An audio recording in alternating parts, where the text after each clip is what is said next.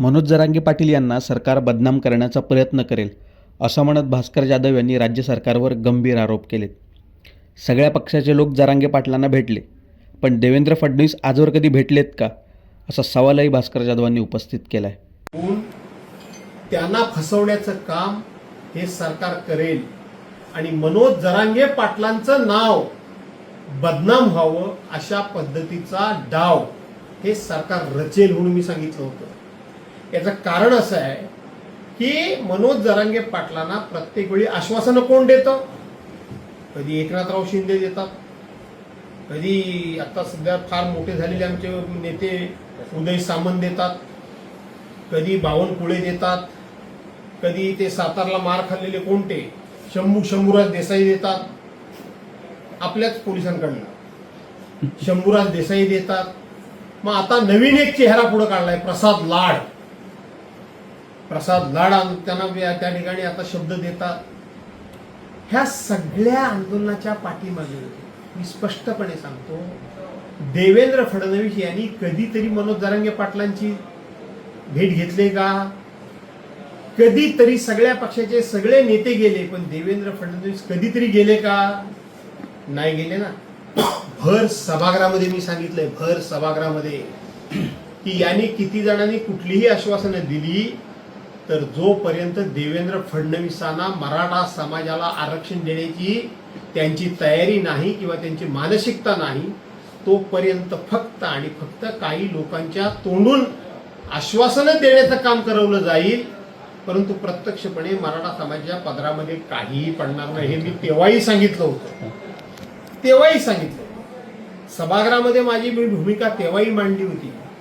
आजही प्रत्येक समाजाच्या आंदोलनाला देवेंद्र फडणवीस गेलेले आहेत, फक्त मराठा समाजाच्या आंदोलनाला देवेंद्र फडणवीस गेलेले नाही.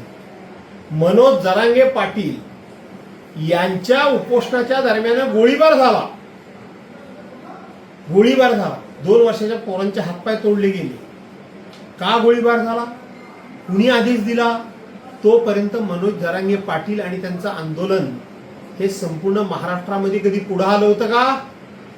मग तो गोळीबार करणारा अधिकारी, हाच अधिकारी त्यांचे मंत्री शंभूराज देसाई आणि ते मकरंदाबा पाटील यांना मारण्यामध्ये हाच अधिकारी होता. त्याला प्रमोशन दिलं गेलं, त्याला पूर्णपणे पाठीशी घातलं गेलं. लक्षात आलं तुमच्या? त्यामुळे जोपर्यंत देवेंद्र फडणवीसांची भूमिका स्पष्ट नाही, तोपर्यंत मराठा समाजाची ही अशाच पद्धतीची वातात वाणवा आणि त्यांचा सातत्यानं शब्द देऊन फसवण्याचा उपमर्द केला जाईल.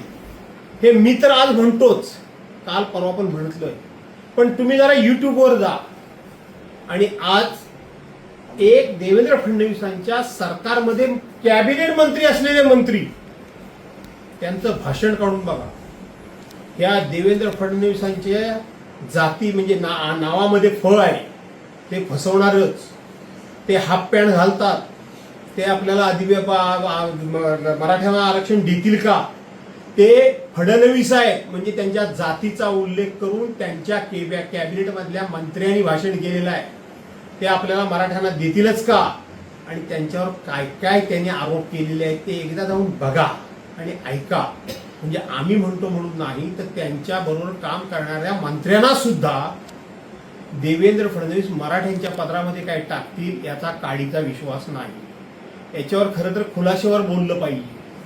सातत्यानं त्यांचे काही जे चेले चपाटे आहेत ना, ते जेवढं महायुतीनं दिलं तेवढं कुणीही दिलं नाही म्हणून सांगतात, पण काय दिलं त्याचा कधी उल्लेख करतात काय? आम्ही आरक्षण आणलं म्हणून सांगतात. अरे 2013-14 सरकार काय तुमचं होतं महाराष्ट्रामध्ये? बऱ्याच गोष्टी ह्या आरक्षणावर आहेत.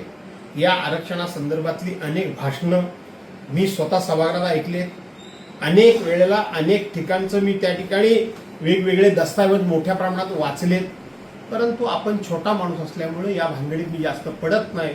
पण मी पुन्हा सांगतो, देवेंद्र फडणवीस मराठा समाजाला काही देतील असं वाटत नाही.